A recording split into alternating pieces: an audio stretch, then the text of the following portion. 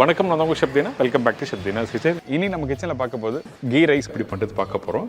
இது கூட ஒரு காலிஃப்ளவர் பட்டாணி குருமா இப்படி பண்ணுறது பார்க்க போகிறோம். கீ ரைஸ் தேவையான பொருட்கள்: பாஸ்மதி ரைஸ் 200 கிராம், கெட்டி நெய் 6லேருந்து 7 டேபிள் ஸ்பூன், முந்திரி பருப்பு தேவையான அளவு, காய்ந்த திராட்சை தேவையான அளவு, பச்சை மிளகாய் 2 நம்பர், மீடியம் சைஸ் வெங்காயம் 1, முழு மிளகு 10 நம்பர், சோம்பு 1/4 டீஸ்பூன், முழு கரம் மசாலா தாளிப்புக்கு தேவையான அளவு, பெருங்காயம் 1/4 டீஸ்பூன், மஞ்சத்தூள் சிறிதளவு, கருவேப்பிலை சிறிதளவு, கொத்தமல்லி தேவையான அளவு, உப்பு தேவைக்கேற்ற.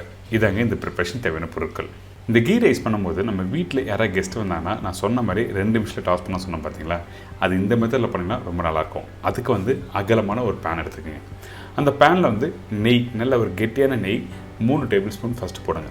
அந்த நெய் கொஞ்சம் லைட்டாக மெல்ட் ஆகி வர டைமில் சோம்பு, பட்டை, லவங்கம், ஏலக்காய், பிரிஞ்சி இலை, அதோட ஒரு 10 நம்பர் மிளகு போடுறோம். மிளகு எதுக்காக போடுறோங்கன்னா அந்த மிளகோட காரம், அதுக்கப்புறம் ஒரு மைல்டான ஒரு வாசனை நல்லா வரும். இதுக்கு பிறகு பச்சை கருவேப்பிலை, பச்சை மிளகாய். கீ ரைஸுக்கு அதிகமான காரம் தேவையில்லை, அதனால 2 பச்சை மிளகாய், பெரிய பச்சை மிளகாய் போட்டிருக்கேன். இந்த முந்திரி போட்ட பிறகு ஒரு 2 நிமிஷம் வதக்கி முடித்த பிறகு அதுக்கப்புறம் காஞ்ச திராட்சை போடுறோம். எதுக்காக சொல்கிறேன்னா ஸ்டெப் பை ஸ்டெப்பாக சொல்கிறேன். எடுத்த உடனே முந்திரியும் காஞ்சி திராட்சை ஒன்றா போட்டிங்கன்னா உங்களுக்கு காஞ்சி திராட்சை கலர் மாறும். அதனால தான் ஃபஸ்ட்டு முந்திரி போட்டிருக்கோம், காஞ்சி திராட்சை அதுக்கப்புறம் போட்டிருக்கேன். இதுக்கப்புறம் வெங்காயம், ஒரு மீடியம் சைஸ் வெங்காயம் போதும். அதிகமான வெங்காயம் போட்டிங்கன்னா உங்களுக்கு டேஸ்ட் மாறும் கீ ரைஸில். இந்த கீ ரைஸில் வெங்காயம் போட்ட பிறகு கொஞ்சம் லைட்டாக வதக்குங்க.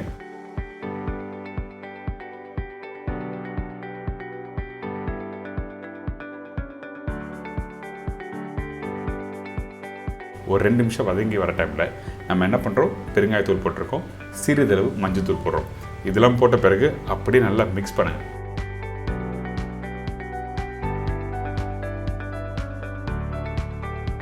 மிக்ஸ் பண்ணிட்டு என்கிட்ட பாயில் பண்ண இந்த பாஸ்மதி ரைஸ் இருக்குது, இந்த பாஸ்மதி ரைஸை போட்டு அப்படியே மிக்ஸ் பண்ணுறோம். அந்த வெங்காயம் 40% அளவுக்கு வதங்கி வர டைமில் தான் இந்த ரைஸ் பண்ணணும். அதுக்கு மேலே திருப்பி கொத்தமல்லி, கருவேப்பிலை, உப்பு தேவையான போட்டிருக்கேன். உப்பு ரைஸ் போட்ட பிறகு போடுங்க, அப்போ தான் மிக்ஸ் பண்ணுறதுக்கு ஈஸியாக இருக்கும். அதுக்கு பிறகு மீதி உள்ள நெய் அப்படி தாராளமாக மேலே ஊற்றி அப்படியே நல்லா அழகாக மிக்ஸ் பண்ணி எடுத்து சர்வ் பண்ணால் அடடா சான்ஸ் இல்லை, சூப்பராக key rice ready.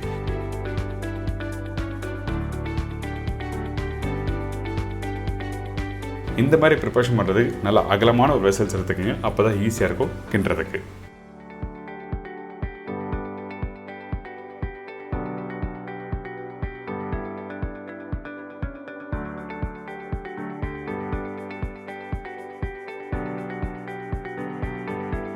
Key rice எப்படி ரெடி பண்ணுறது இப்போ எல்லாம் தெரிஞ்சிச்சுல. இதுக்கு சூப்பரான ஒரு காம்போ காலிஃப்ளவர் பட்டாணி குருமா எப்படி பண்ணுறது பார்க்க போகிறோம். இந்த ரெசிபிக்கு தேவையான பொருட்கள் ஃபஸ்ட்டு பார்த்தலாமா.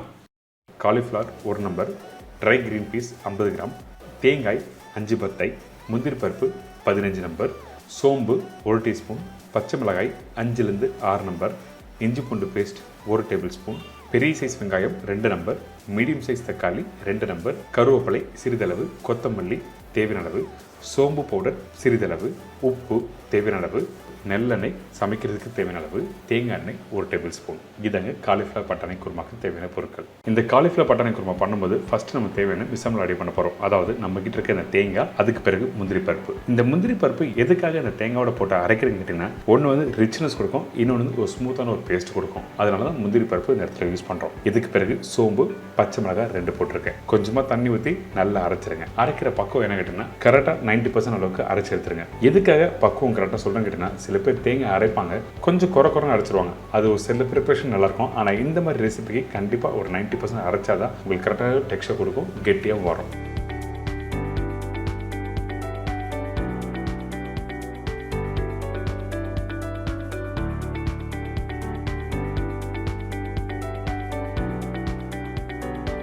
இதுக்கு பிறகு நம்ம என்ன பண்ணுறோம், இந்த மஞ்சள் நல்லெண்ணெய் போட்டிருக்கேன். நல்லெண்ணெய் போட்ட பிறகு சோம்பு, பட்டை, லவங்கம், ஏலக்காய், பிரிஞ்சி இலை தாளிப்பு போடுறோம். அதே டைமில் இந்த வெங்காயம் போடுறேன். இந்த வெங்காயம் நீங்கள் பிரியாணிக்கு எப்படி கட் பண்ணி போடுவீங்களோ அதே மாதிரி கட் பண்ணி போடுங்க. ஏங்கிட்டனா அந்த கிரேவி டெக்ஸ்சர் நல்லா கொடுக்கும். இதுக்கு பிறகு பச்சை மிளகாய், பச்சை கருவேப்பிலை இதை போட்ட பிறகு இந்த வெங்காயத்தை நல்லா வதக்க ஆரம்பிக்கிறோம். வதங்குற பக்கம் என்ன கேட்டீங்கன்னா குறைஞ்சபட்சம் ஒரு 80% அளவுக்கு நல்லா வதங்கிடணும். அப்போதான் அந்த இஞ்சி பூண்டு பேஸ்ட்லாம் போட்டு குக் பண்ணும்போது அந்த வாசனை நல்லா சூப்பராக கொடுக்கும். அதே டைமில் அந்த குழம்போட டெக்ஸ்டர் நல்லா வரும். 80% அளவுக்கு வதங்கி முடிச்ச பிறகு இஞ்சி பூண்டு பேஸ்ட் போட்டிருக்கோம். அந்த இஞ்சி பூண்டு பேஸ்ட் லைட்டாக வதங்கின பிறகு கட் பண்ணி வச்சிருக்க தக்காளி இந்த மாதிரி ரெசிபிக்கு வந்து நீங்கள் பொடிசாக கட் பண்ண வேண்டிய அவசியம் இல்லை, ரஃபாக கட் பண்ணி போடலாம். இதுக்கப்புறம் மஞ்சத்தூள், சில்லி பவுடர் யூஸ் பண்ணியிருக்கேன்.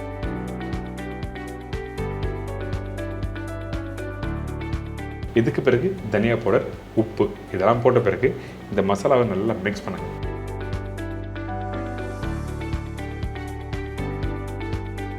மிக்ஸ் பண்ண உடனே நம்ம என்ன பண்ணுறோம்னா கொஞ்சமாக தண்ணி ஊற்றி கொதிக்க விட போகிறோம். எப்பவுமே புரிஞ்சுக்கோங்க, இந்த மாதிரி குருமா ப்ரிப்பரேஷன் பண்ணும்போது தொக்கு மாதிரி ஆகக்கூடாது. மசாலா போட்ட பிறகு தண்ணி ஊற்றி கொதிக்க விடணும். அப்போ தான் என்ன ஆகிட்டுன்னா இந்த வெங்காயம், தக்காளி, மசாலா எல்லாமே ப்ரிப்பரேஷன் முடிச்ச பிறகு முழுசாக தெரியும் கடைசியாக. இப்போ பார்த்தீங்கன்னா நல்லா கொதிச்சு வருதா? இந்த டைமில் நம்ம என்ன பண்ணுறோம்னா க்ளீன் பண்ணி எடுத்து வச்சிருக்க இந்த காலிஃப்ளவரை இந்த இடத்துல யூஸ் பண்ணுறோம். இந்த காலிஃப்ளவர் இந்த ரெசிபிக்கு யூஸ் பண்ணுறதுக்கு முன்னாடி ஃபஸ்ட்டு நம்ம என்ன பண்ணுறோம்னா இந்த மாதிரி பொடிசாக கட் பண்ணிக்கோங்க. கட் பண்ணிவிட்டு கொஞ்சம் மஞ்சத்தூள், உப்பு, சுடுதண்ணி போட்டு கரெக்டாக ஒரு 10லேருந்து 15 நிமிஷம் அப்படியே வச்சுருங்க. அதுக்கு பிறகு க்ளீன் பண்ணி இந்த மாதிரி ரெசிபிக்கு நீங்கள் யூஸ் பண்ணலாம். இதுக்கு பிறகு காஞ்ச பட்டாணி. இந்த காஞ்ச பட்டாணி நல்லா வேக வச்சு இதில் யூஸ் பண்ணுறோம். அதே டைமில் வேக வச்ச அந்த தண்ணியும் இதில் ஊற்றிருக்கேன். ரொம்ப இம்பார்ட்டன்ட்டுங்க. இந்த ரெசிபிக்கு சில பேர் என்ன பண்ணுவாங்கன்னா பச்சை பட்டாணி யூஸ் பண்ணுவாங்க. இந்த மாதிரி ரெசிபிக்கு வந்து பச்சை பட்டாணி யூஸ் பண்ணாது. பச்சை பட்டாணி யூஸ் பண்ணணும் கேட்டிங்கன்னா நீங்கள் உருளைக்கிழங்கு பட்டாணி மசாலா அந்த மாதிரி ரெசிபிக்கு யூஸ் பண்ணலாம். ஆனால் குருமாக்கு காஞ்ச பட்டாணி போட்டு குக் பண்ணி எடுத்தால் தான் உங்களுக்கு அந்த டேஸ்டும் டெக்ஸ்டரும் நல்லா சூப்பராக கொடுக்கும். அதே டைமில் கொஞ்சம் கொத்தமல்லி போட்டு மூடி போட்டு நல்ல காலிஃப்ளவர் வேகட்டும்னு சொல்லி விட்டுருங்க. அதுக்கு பிறகு ஓப்பன் பண்ணி பார்த்தீங்கன்னா காலிஃப்ளவர் இந்த மாதிரி கரெக்டாக வெந்திருக்கும். இந்த காலிஃப்ளவர் வெந்த பக்கம் என்ன கேட்டிங்கன்னா கரெக்டாக ஒரு 60 to 70% அளவுக்கு நல்லா வெந்திருக்கணும். அதாவது தேங்காய் பேஸ்ட் போகிறதுக்கு முன்னாடி. சில பேர் என்ன பண்ணுவாங்க கேட்டிங்கன்னா இந்த காலிஃப்ளவர் நல்லா வேகட்டுன்னு சொல்லிட்டு அதுக்கப்புறம் தேங்காய் பேஸ்ட் போட்டு குக் பண்ணுவாங்க. அந்த டைமில் என்ன ஆகும், இந்த காலிஃப்ளவர் வந்து நல்லா மேஷ் ஆகிடும். அதுக்கப்புறம் கரெக்டான டெக்ஸ்டர் கொடுக்காது, பார்க்கறதுக்கும் நல்லா இருக்காது. அதனால தான் காலிஃப்ளவர் கரெக்டாக 60 to 70% வெந்த பிறகு தேங்காய் பேஸ்ட் போட்டிருக்கேன். இந்த தேங்காய் பேஸ்ட் போட்ட பிறகு தேவையான அளவுக்கு தண்ணி ஊற்றணும். அதிகமான தண்ணி ஊற்றி குக் பண்ணக்கூடாது. அப்படி குக் பண்ணால் டைம் அதிகமாகவும் அதே டைமில் கரெக்டான டெக்ஸ்டர் கொடுக்காது.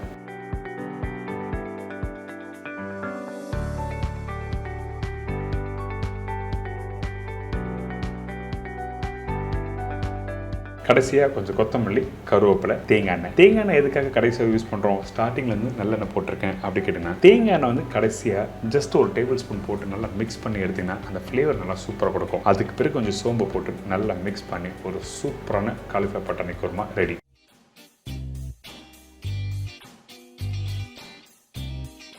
இப்போ உங்களுக்கு தெரிஞ்சிருக்கும் இந்த காலிஃப்ளவர் பட்டாணி குருமா எப்படி பண்ணுறது. அதே டைமில் இந்த கரண்டியில் எடுத்து காமிக்கிறேன் பாருங்கள். இந்த மாதிரி தான் டெக்ஸ்டர் வரணும். குருமா ரொம்ப கெட்டியாக இருந்தால் நல்லா இருக்காது, ரொம்ப தண்ணியாக இருந்தால் நல்லா இருக்காது. ஸோ கண்டிப்பாக நான் சொன்ன மெத்தடில் வீட்டில் ட்ரை பண்ணி பாருங்கள்.